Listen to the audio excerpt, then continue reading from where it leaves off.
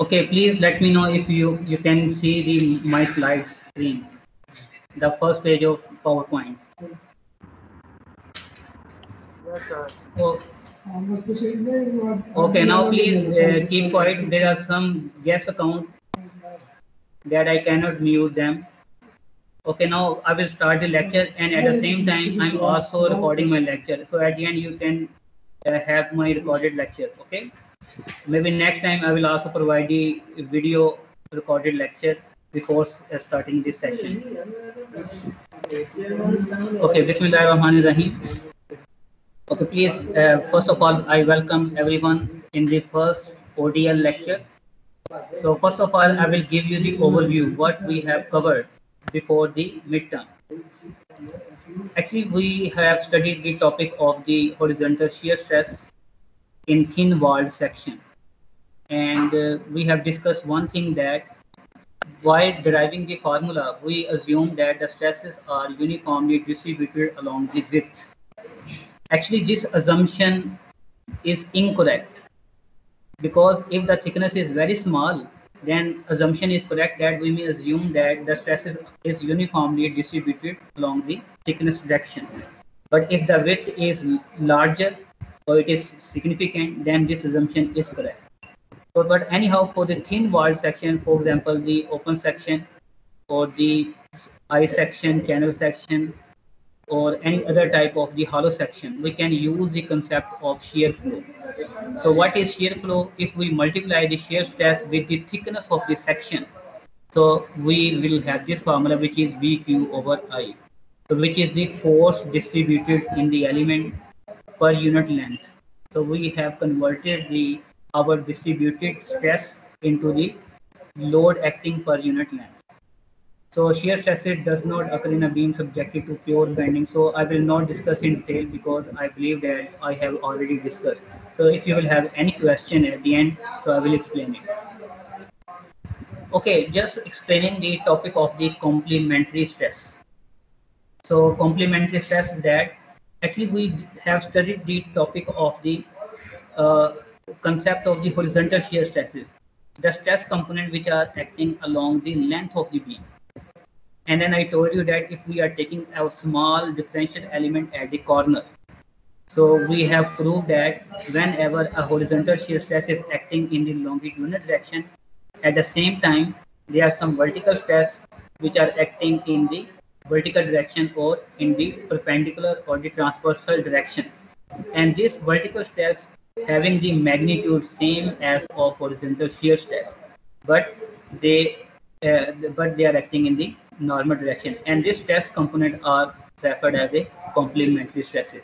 This means that for each stress component acting in the horizontal direction, there is a one balancing stress component which is acting in the vertical direction, and it's referred as a complementary stress. So there is a further proof that why the horizontal shear stress having the same magnitude as of the vertical shear stress component.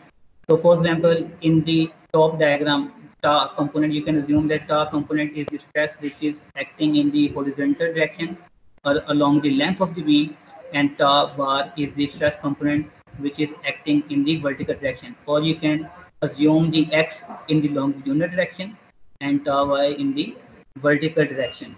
As you know that we are having the equilibrium equation, so it means that to use the equilibrium equation we need to convert the stress into the force.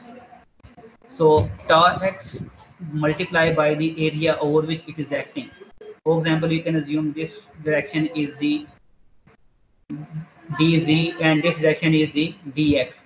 So we can multiply the stress component with the area, so we can convert into the force.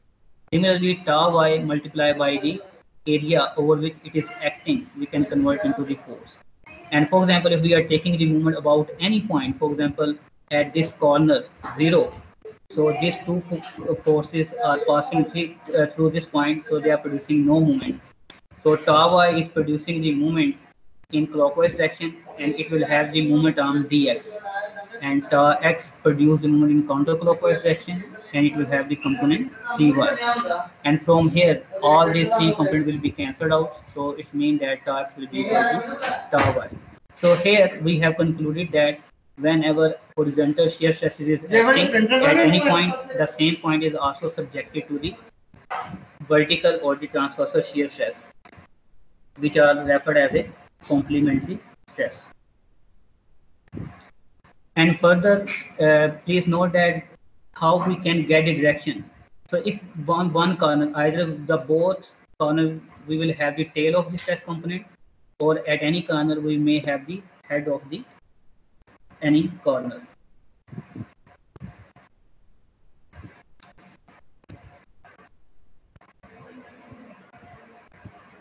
So actually last time we have also derived one expression, and we have computed that the maximum shear stresses are produced along the neutral axis. And when we derive the expression, we have come up with the expression that the maximum shear stresses are 3 by 2 or 1.5 times of the V over A. It means that this equation, shear stress equation, is overestimating the stress by 50%. And what is the reason? Because the thickness of the section is significantly larger, and our assumption is wrong. What is the assumption? That the stresses are uniformly distributed along the width or the thickness of the dimension, which is not correct. So we will discuss in our forthcoming slide also. And here you can see that some failure in the wooden beam.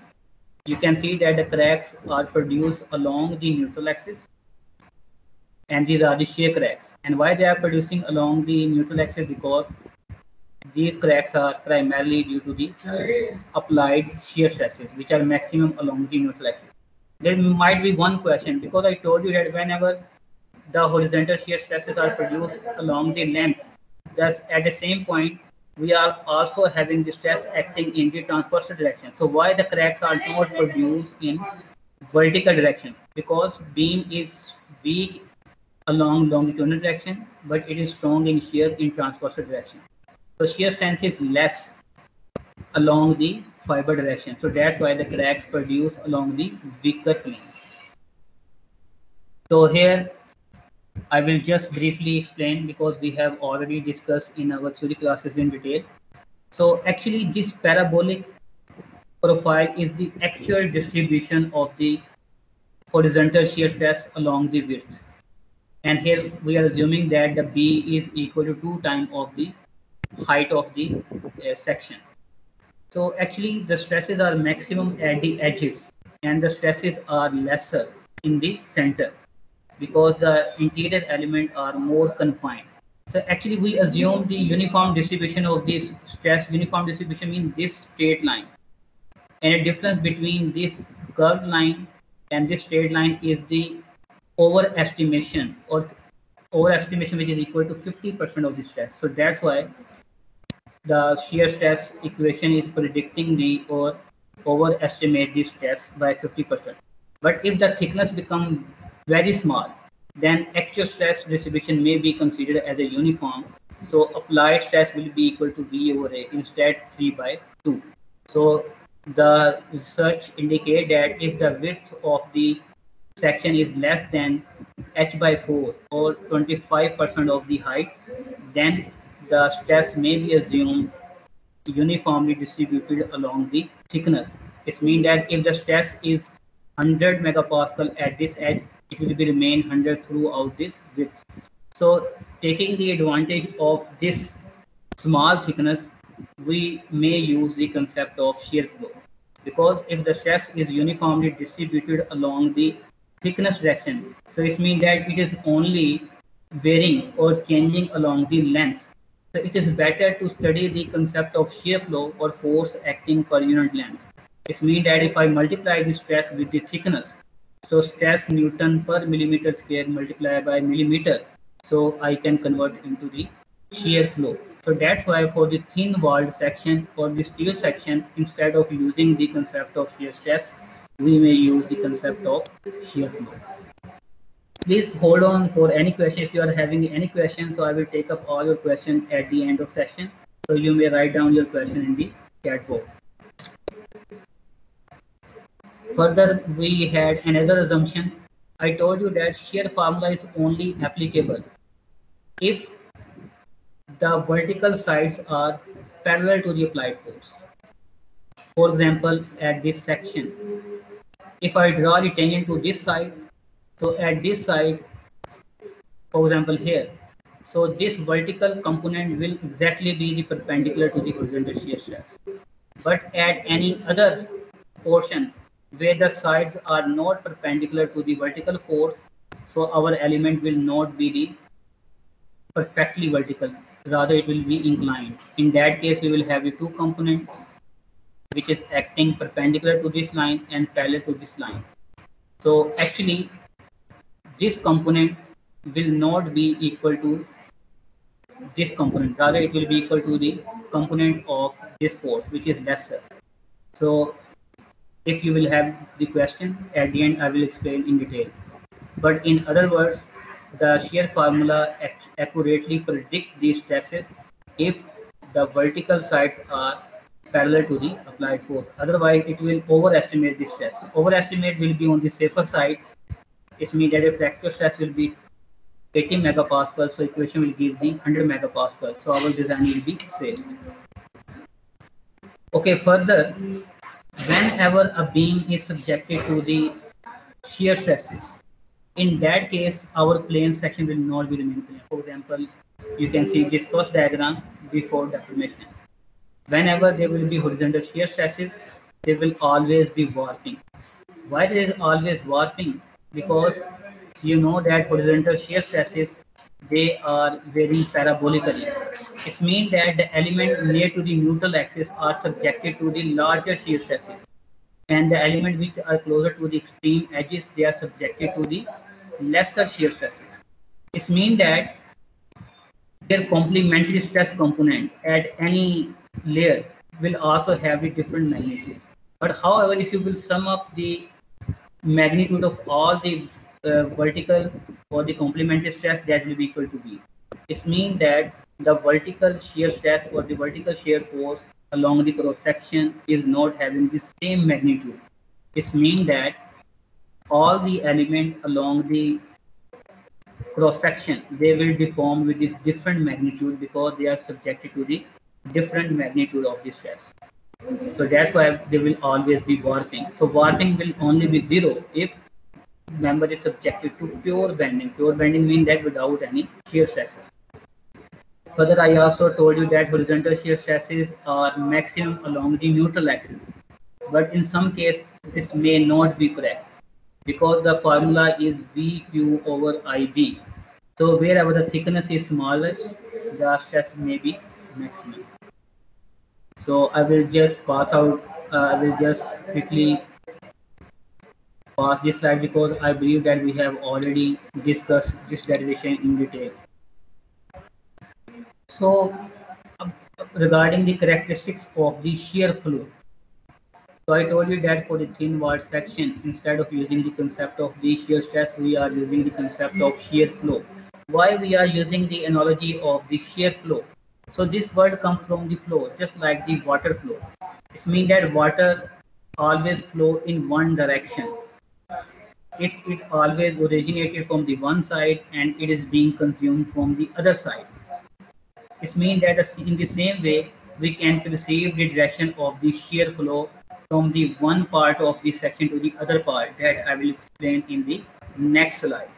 So why we are using the concept of shear flow? Because we are assuming that the shear flow is uniformly distributed along the thickness and only varying or moving along the length of the element. So shear flow, very first point, shear flow in the part of the element parallel to the resisting shear is always in the direction to resisting shear force or opposite to the applied shear. Actually here you can use the two concepts. If a cantilever beam that you will see in the next slide, subjected to the downward force P. If I will cut this section, then the resisting shear force will be in upward direction. This means that shear flow will always be opposite to the applied P. But if you are studying in the concept of the resisting shear, so it will have the same direction as of V. But direction doesn't matter, only magnitude is matter. So your answer will always be unaffected or it will not be changed. So you can assume any direction. I will explain in the next slide. So the second point is that shear flow occur in one direction through the thin wall of the open section. So it is always flow in one direction. So there will be no any contradiction of the direction. So at any junction, for example, at any junction, the incoming flow will be equal to the outgoing flow. For example, if we are having the junction, whatever the flow is coming at the junction or at any bank, the flow going from that joint will be equal to the incoming flow. The value of shear flow will always be 0 at free end tips, and it will be maximum along the neutral axis. If just you recall the formula of the shear flow, which is VQ over I, or VQ is equal to VA Y over I. So A is the partial area, which is either above the layer or below the layer under consideration. At the free end tip, no area is available on the one side. If area is 0, so shear flow will be 0. I will explain in the next slides also.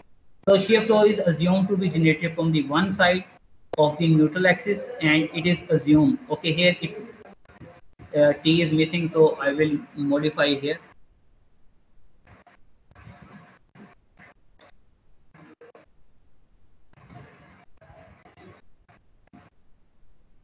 It is assumed to be absorbed at the other end. So shear flow is directly proportional to the static moment of the area, which is AY. And for the actually, there are three things. Number one is the direction of the shear flow. Number two is the distribution of the shear flow. And number three is the direction of the force diagram. So actually, when we are dealing with the problem, we are having three things: direction of the shear flow, within the element distribution of the shear flow, and the force diagram. So for any section, we are having two elements. For example, we are having the flange and we are having the web.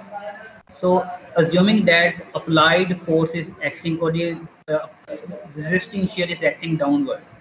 So one part is perpendicular to the applied and other is the parallel to the applied force. So these flanges, these are perpendicular to the applied force.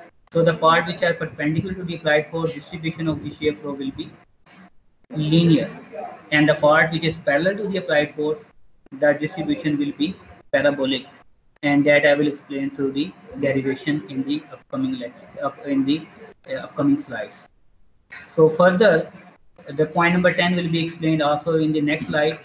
The part which is contributing the moment of insignificant contribution to the moment of inertia will assume to be have zero shear flow.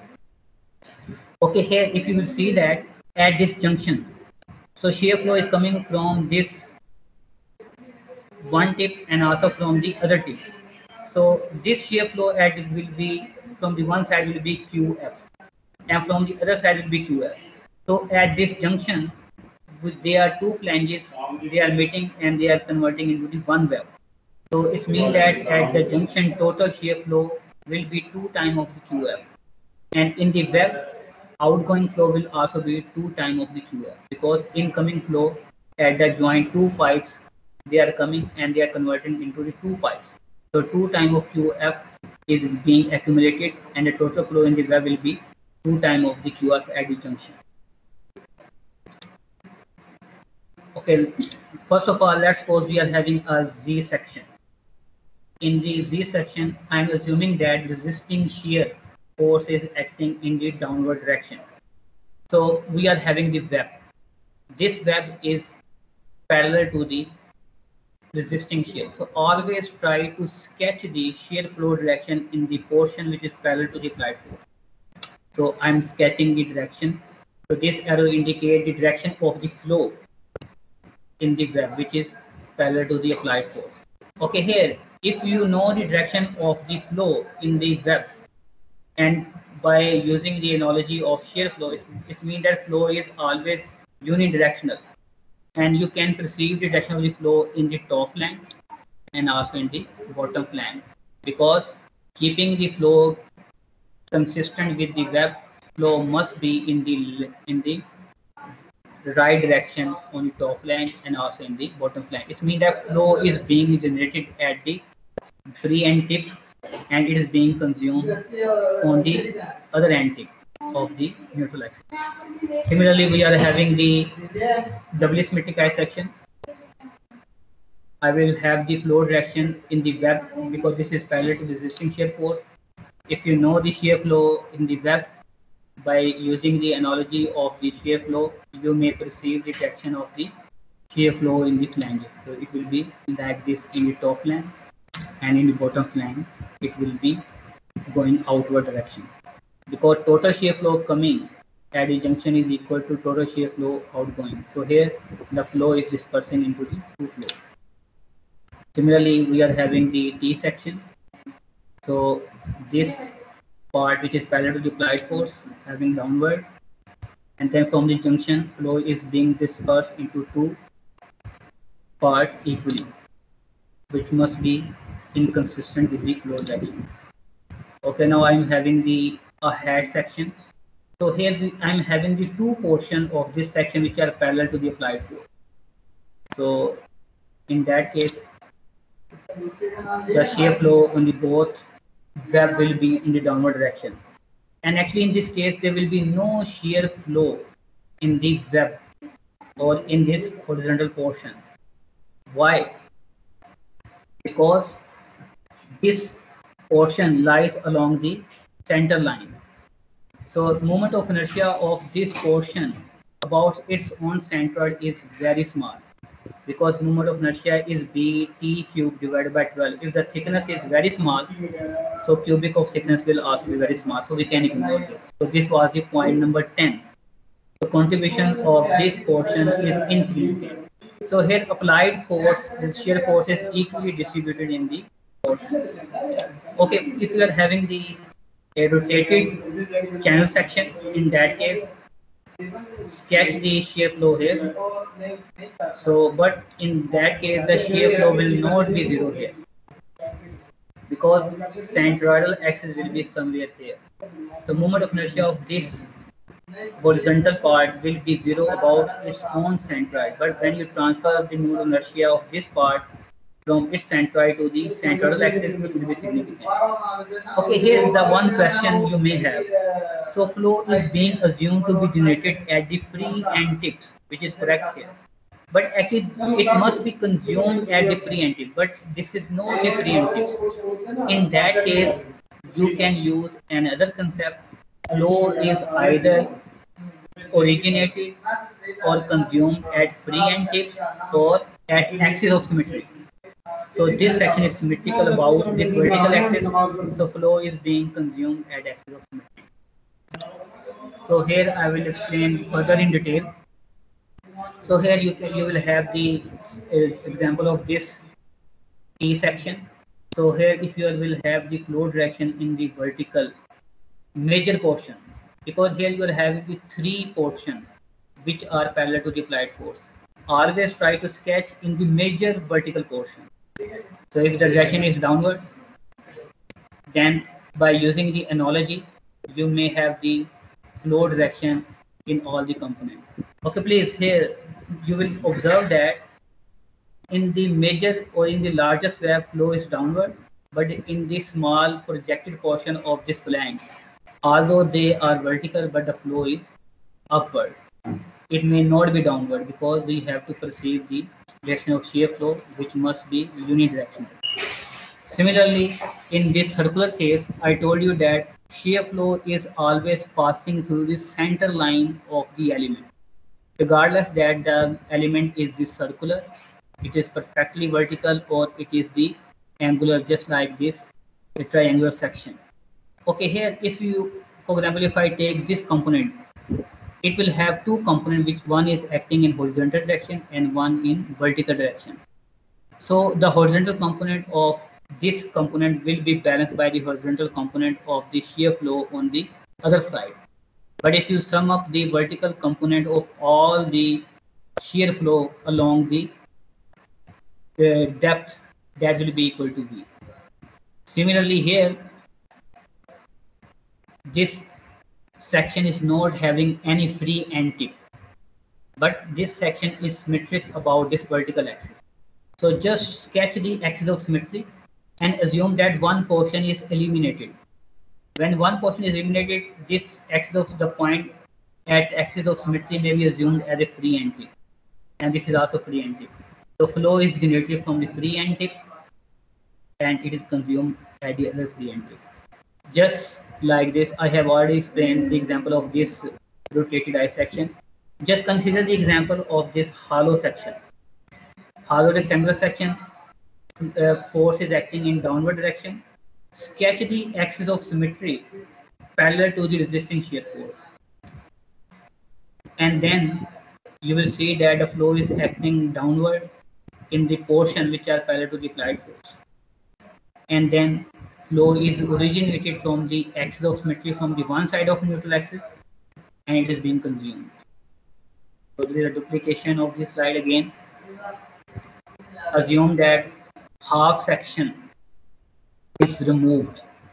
So if half section is removed, it only becomes the channel section, so which is having free end tip over here and free end tip over here. And flow is originated from the free end tip and also consumed at the free end tip on the other side of the neutral axis. So if a section is not having any free end tip, then the flow will generate from the axis of symmetry and it will consume at the axis of symmetry on the other side of neutral axis. Okay, next is that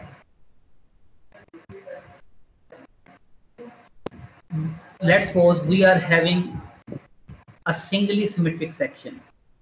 Singly symmetric section is the channel section, and in that case we are having the two axes. One will be the axis of symmetry and other will not be the axis of symmetry. In the first case, I'm assuming that the load is acting, applied load, in such a way that it is passing through the axis of symmetry, just like I have shown in the cross section.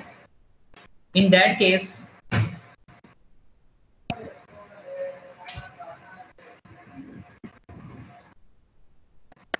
I have just sketched the axis of symmetry and the load is passing through the axis of symmetry.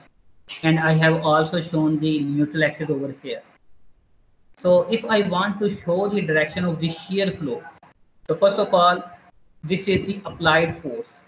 This is not the resisting shear force. So resisting shear flow in the web will be upward. If you want to show in the downward direction, it will not make any difference. So it means that flow is being generated from the free end tip. And axis of symmetry is this one. So it means that just use the analogy of shear flow and the flow is being consumed at this axis of symmetry. So here you will plot the direction of the shear flow. So this is the direction of shear flow. Next is the distribution of the shear flow. So here you will see that you can assume this is the half portion only. Half portion means that one angle on the one side and one angle on the other side. Just sketch the distribution of the shear flow on the one direction and other side will be the mirror image. So this portion, I'm just assuming the half. Shear flow will be 0 at this axis of symmetry and this free end tip. And the shear flow distributes linearly on the element which is perpendicular to the applied force. So this flange or this portion is the perpendicular to the applied force. So the shear flow will be 0 and it will increase linearly and it will be maximum at this junction. Why? Because the shear flow formula is V AY over I. So area at this axis of symmetry on the one side is equal to 0. And when we are moving toward this junction, so area is increasing. Although the moment arm of area with reference to the neutral axis will be remain same. So only width is increasing, so that's why the shear flow distribution will be the linear. Then next I told you that shear flow at this junction, incoming shear flow will be same as of outgoing flow. So the shear flow with reference to the flange will be this magnitude. And the same magnitude will be with reference to this web, because whatever is the flow coming here, same will be the flow which is outgoing. So if I will sketch the shear flow distribution, so that will be this one which is given over here.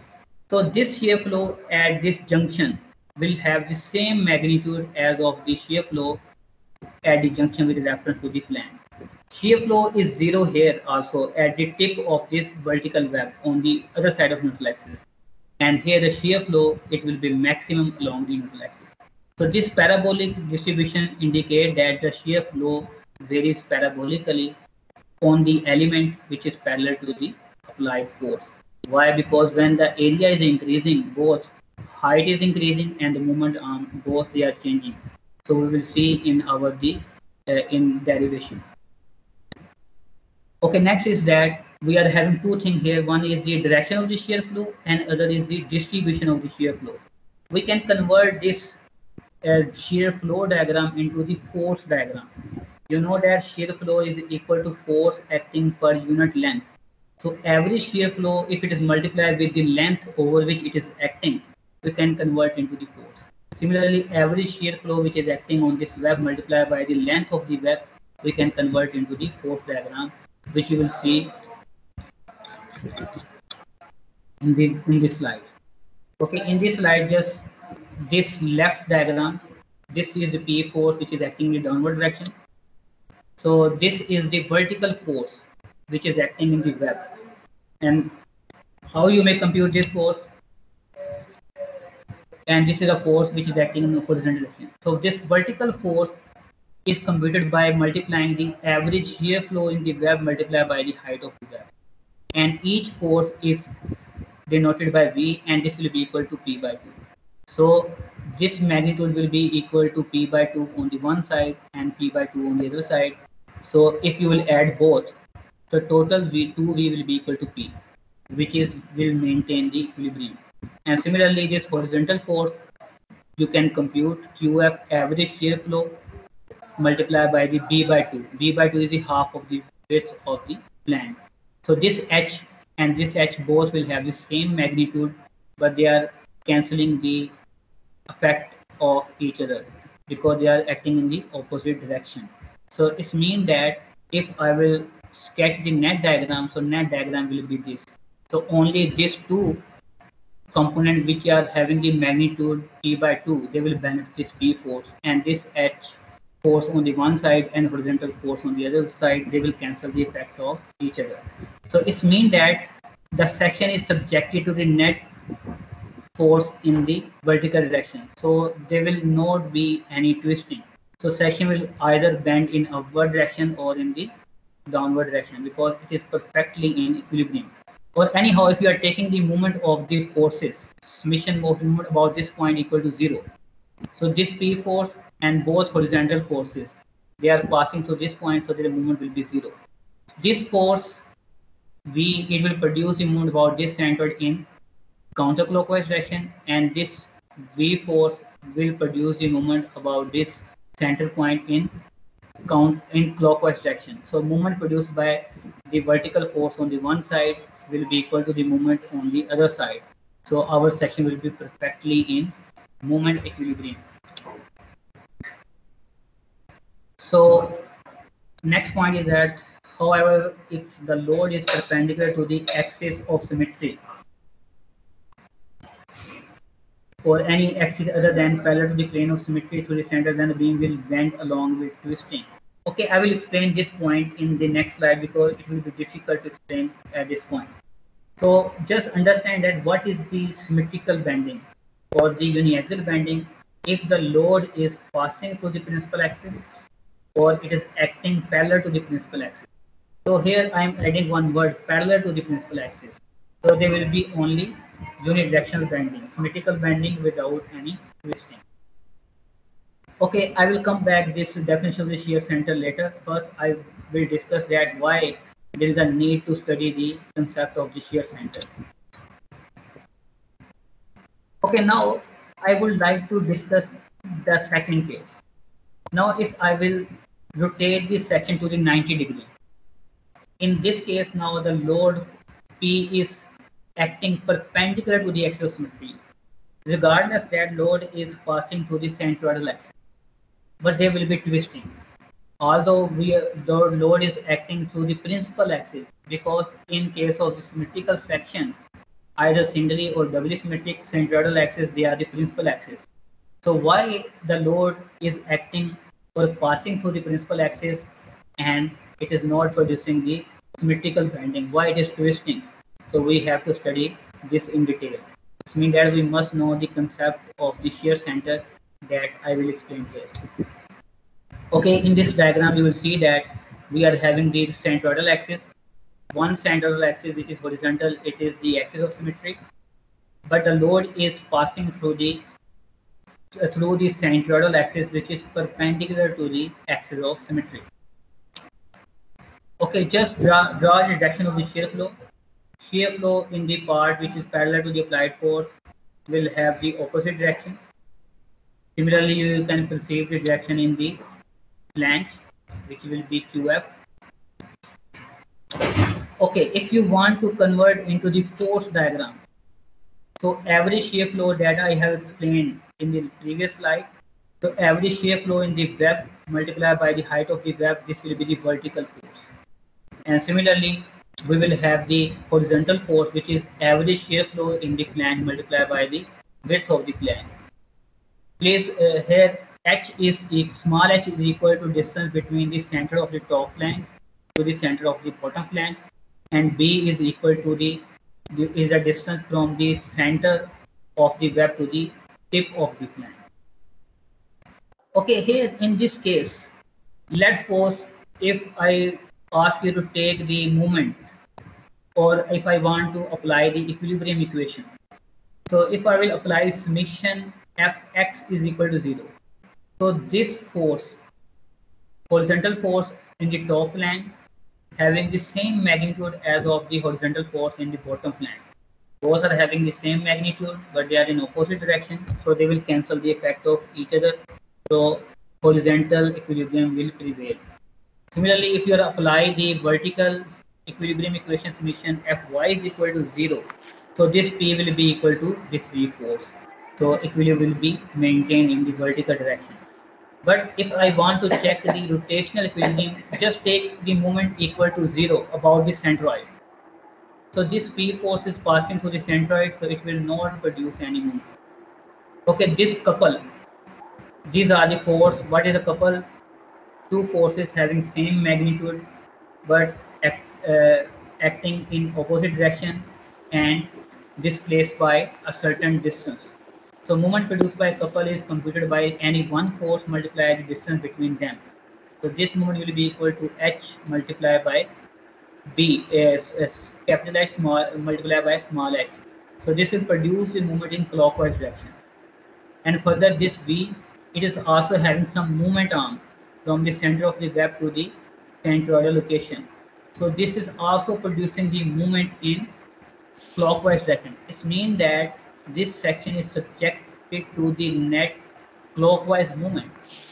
It means that this will twist in the clockwise direction as indicated in this diagram on the top left diagram. It means that even though the load is passing through the principal axis, but due to the horizontal shear stress or due to the shear flow which is produced in the flange and the web, the section is twisting in the clockwise direction. So here, how we can avoid this?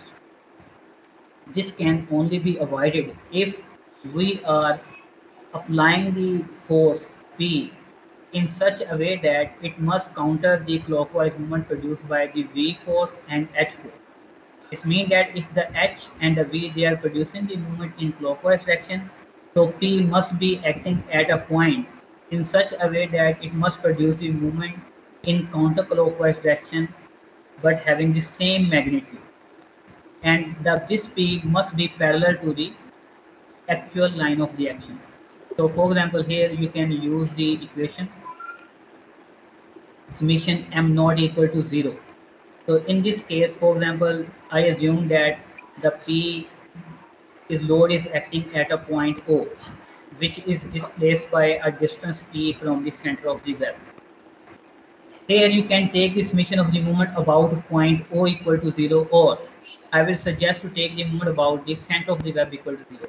Both will have the same answer, it will not affect the solution. But here, for example, in the given solution, I have taken the moment about point O equal to 0. So it means that this V is passing through this, this P is passing through this point O, it will produce 0 moment. So this V is having the moment arm E with reference to point O. So this is producing the moment in counterclockwise direction, and moment will be equal to V into E. So this moment is in counterclockwise direction. I have written on the left side, and the moment which is on the right hand side I have written above, which is H dot H. So H dot H is the moment produced by this couple, so which is obtained H, one horizontal force multiplied by the distance between the couple, which is H, and this moment is in the clockwise direction. And from here we can determine the E. So E will be equal to the H, capital H multiplied by the small h over V. So it means that E is the distance from the center of the web, and this E is the distance that we can determine numerically.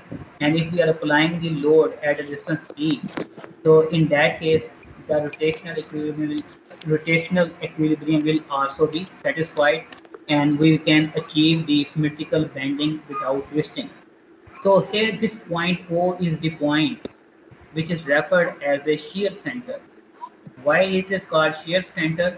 Because this point is the function of the shear forces, horizontal shear forces and the vertical shear forces which are produced within this section. Now this is the point in such a way that this point may be inside the section or may be outside the section, just like in this case.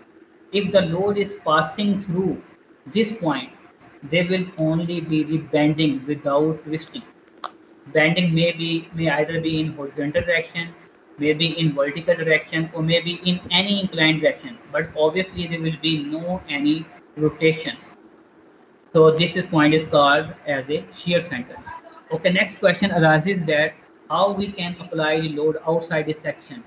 Just to facilitate this thing, we can weld a plate at the edge of the edge, and we can apply the load just like is shown in the diagram, or we can weld a rod from at this edge and apply the load at the tip of the rod. In that case, if the load is acting at this point, so there will only be the bending in vertical direction without twisting.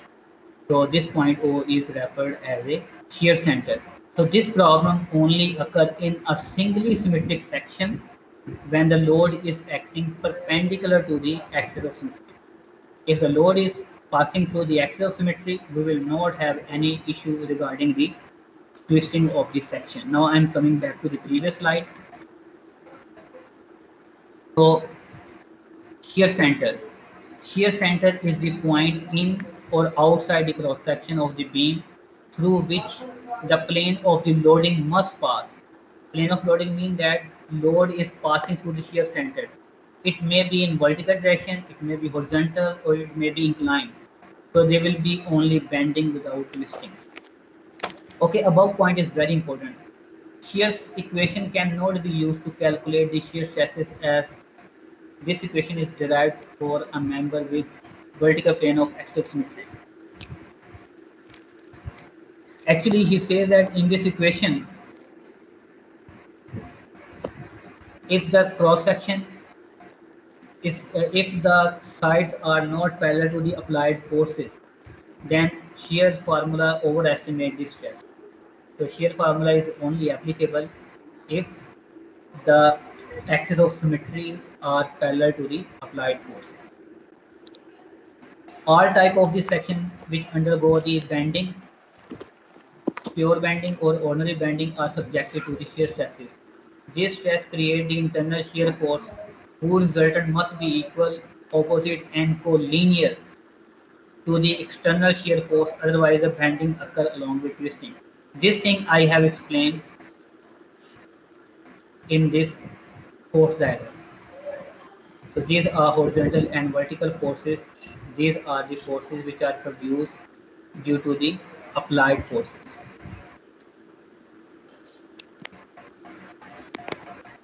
So doubly symmetric section or singly symmetric section where the load is applied parallel to the plane of symmetry, we will not have any problem or issue regarding the twisting. So again, I'm repeating, shear center is only important for a singly symmetric section if the load is not acting along the axis of symmetry. If the load is acting at any other axis except the symmetrical axis. Okay, let me discuss the case of the doubly symmetric section. In a doubly symmetric section, just like the I section, P is the downward force, resisting shear force in the web will be upward, and you can also get the direction in the plane by using the concept of the shear flow.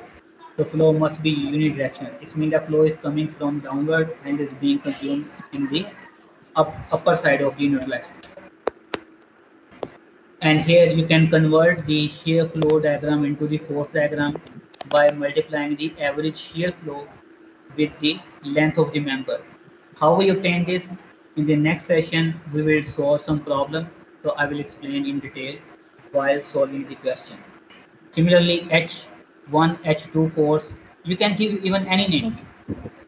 They can be computed by multiplying the average shear flow in the flange multiplied by the length of the flange. And again, if you are taking the moment equal to 0 about this junction, so this H2, H1, P and V are passing, so they will produce 0 moment. And similarly, okay, here, assume the moment about this junction equal to 0. So H1 is producing the moment in clockwise direction and H2 in counterclockwise direction. Both will have same magnitude but acting in the opposite direction, so which will cancel their effect. This means that there will be no twisting. So all the equilibrium equation will satisfy. Moment equation, the the force equation in the x direction, and the force equation in the vertical direction.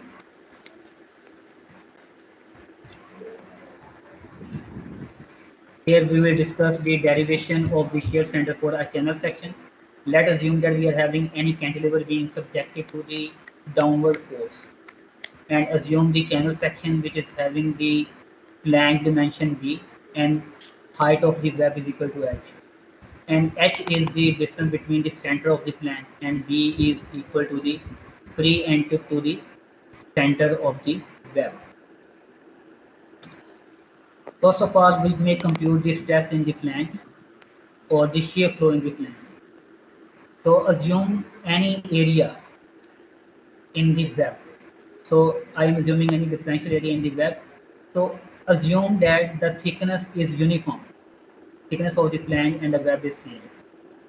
So I am assuming a differential area in the flange and area will be equal to P into BZ. Actually, P इसमें पता तो नहीं चलता कौन remove कर रहा है. If there is any, please don't make noise, gentlemen. Remove कौन कर रहा है? पता चलता Do you want me to explain again? Remove कौन कर रहा है? पक्की बात है. लड़का कहता है ब्रेक चाहिए, मैं रिमूव कर दूं. Okay, gentlemen, please, if you have any issue, please write down in the comment. I will take your question at the end, gentlemen. I will take your question, okay? Mohit, I have seen your question, but I will answer at the end. Maybe I will make suitable diagram to explain this also. Okay, let's come back to the lecture slide.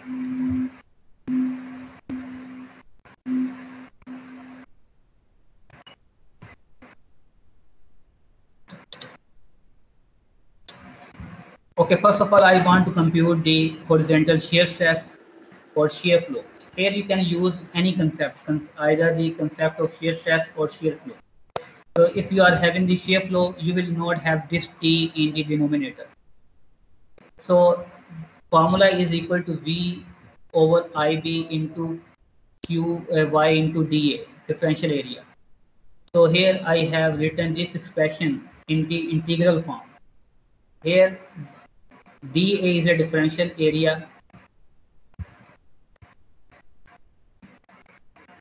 of this area and Z is the distance which is increasing from the free end tip to the center of the web. And Y bar is the movement arm of this area, which is equal to the distance from the center of this area to the neutral axis, which is equal to h by 2. And differential area is equal to t into dv. If I will take the integral, the integral of dz will be equal to the z. Okay, next is that if I want to determine the stress at the free end tip, so z is equal to 0 because t is starting from here. If I substitute the z value equal to 0, it means that the shear stress at the free end tip is r equal to 0, which is also proved. It means that the shear stresses are or shear flow is 0 at the free end tip. Why? Because no area is available on the one side, which is the right side of this there. But if I want to determine the stress at the junction, where z is equal to b, so which will be equal to VHB over IT.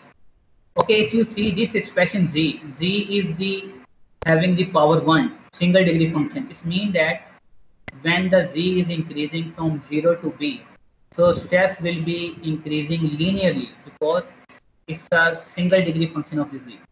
And also this element is perpendicular to the applied force, which is also proved that the part which is perpendicular to the applied force, the distribution of the shear flow will be linear, and this will be VHB over IT. And further, you can convert this shear stress into force if you multiply this shear stress with the area of this flange, or if it is shear flow, you can multiply the with the length of the flange. Again, I will explain in detail when we are solving the numerical in our next session. So this force I told you that you can compute by multiplying the average stress in the flange multiplied by the area of the flange. So what is this? Here the stresses are VHB over 2I and here the stresses are 0. So average will be this stress plus 0 divided by 2 multiplied by B into T is the area of this flange. So we are having this H force which is acting in the flange. Okay, similarly stress in the web. I told you that total shear flow coming at the junction must be equal to total shear flow outgoing the junction, or shear flow must be increasing when more area is being added up. This means that if I want to compute the shear flow in the web, just compute the shear flow in the web, add the shear flow that you have already computed in the flag into that expression.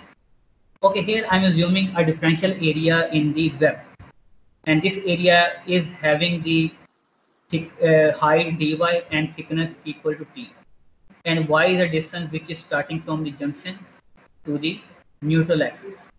Y will be 0 at the junction and it will be maximum at the neutral axis, which is h by 2.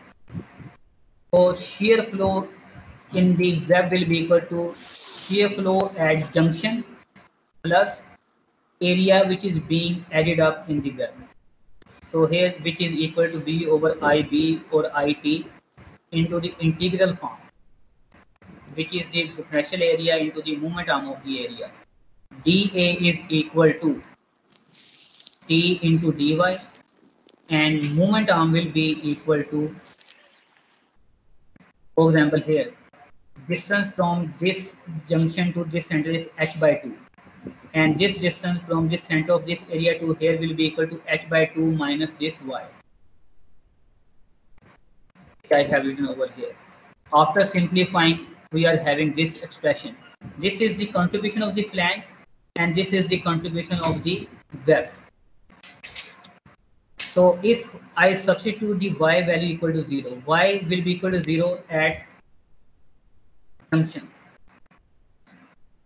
So at junction, if I put the y is equal to 0, so this complete factor will be 0. It means that shear stress at the junction will be equal to the shear stress at the junction with reference to the flange, which is the proof that shear flow coming at the junction must be equal to the shear flow outgoing the junction. So this, if I draw a straight line throughout the length of the web, so that indicate the contribution of the flange, which is remain constant.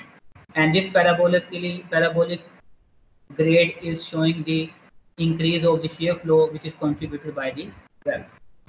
If I substitute the y value equal to h by 2 in this expression, so we will have this solution. So again, I told you that you can multiply this average shear flow in the web, multiply with the area of the web, you will have the vertical force. To obtain this, you can subdivide this profile into two parts. One will be rectangular and other will be this parabolic. So parabolic, if you are parabolic, you can convert this parabola into the rectangular by multiplying it 2 by 3 because it's a second degree function. So I believe that I explained in the class session, but I will explain while solving the question again. So this tau maximum is the shear flow contributed by flange plus shear flow contributed by the shear stress contributed by the web multiplied by 2 by 3 to convert into the average. But anyhow, at the end we will have this expression V. This is equal to total V force. So this is the force diagram that we will obtain. H is the horizontal force in the flange, V is the vertical force in the web, and P is the downward force. So if we will apply the equilibrium equation, summation Fx is equal to 0. So horizontal force in the top flange must be balanced by the horizontal force in the bottom flange.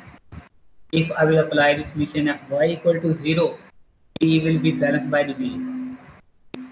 And for the moment equation, so we have to apply the force P at certain distance to ensure that there will not be any twisting.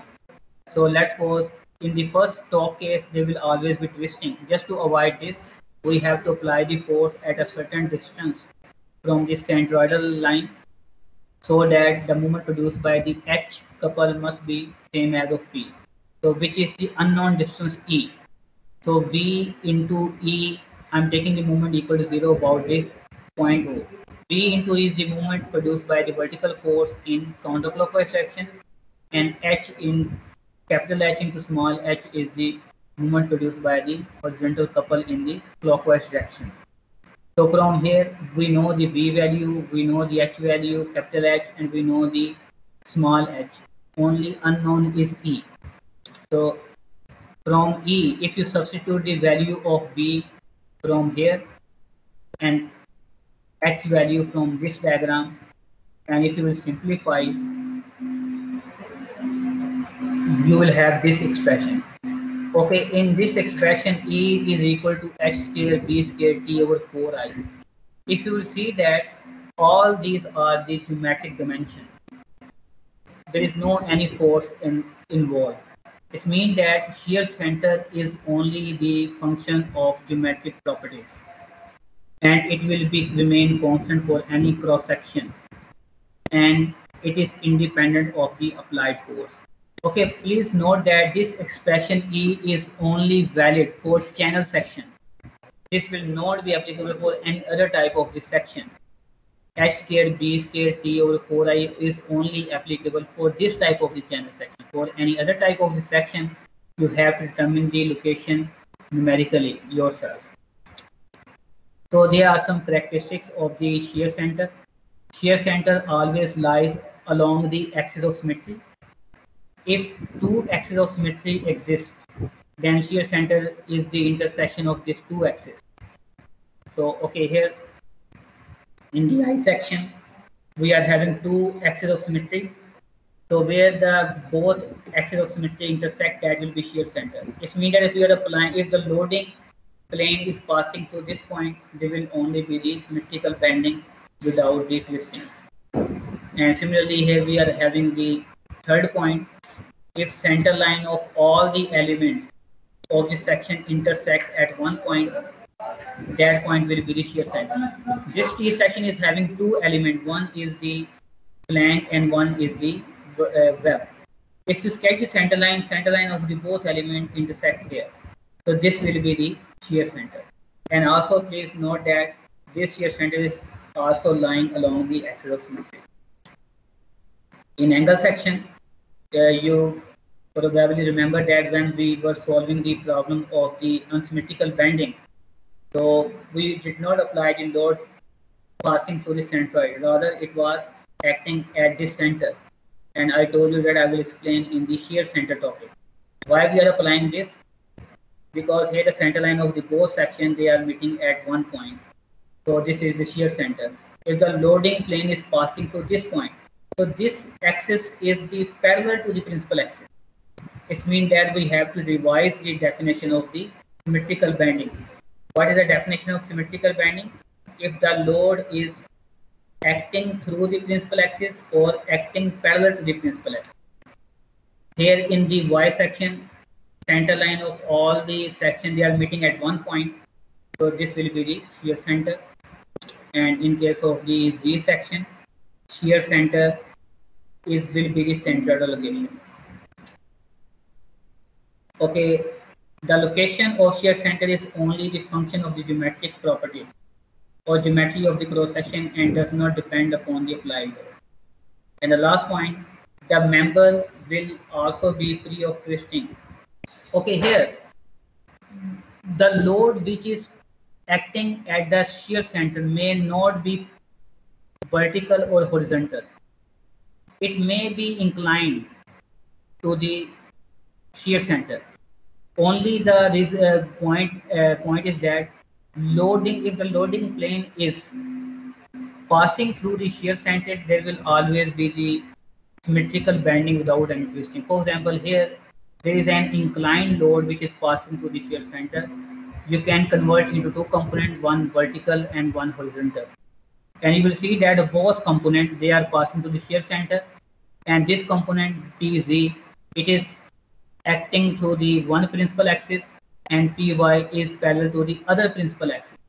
So both loads are parallel or passing through the principal axis, so they will produce the symmetrical bending, and there will be no twisting because the both loads, they are acting or passing through the shear center. So regardless, that load is inclined. Okay, here I will end up my lecture over here. So I will take a couple of the questions, and next time in the next session I will update the next class on calendar MS Team, and we will solve some numerical, and after that I will give you some assignment. Okay, at this time, if you are having any question, please write down in the chat box, so I will answer the one by one. So first of all, there was the one question by Muhammad Moid, and his question is that, sir, we weld a rod or plate to avoid shear center, then is there a chance of shear in that plate rod? No, there will be no chance, because you have seen the force diagram. Because engineer always think, he always consider the force diagram, because if all the equilibrium equation, they are satisfied, so there will not be any twisting, there will not be any issue. So yes, Ahmad Al Azam. So I will definitely explain the formula in detail, because today it was the very first lecture. So I will also take your suggestion how I can improve it, and maybe next time I will also provide you the lecture, a recorded lecture also. So maybe I will make my PowerPoint more interactive, and I will show all the formula, how to use any equation, and how to determine the stresses, take the average of the stresses. Okay. So I will also share the recording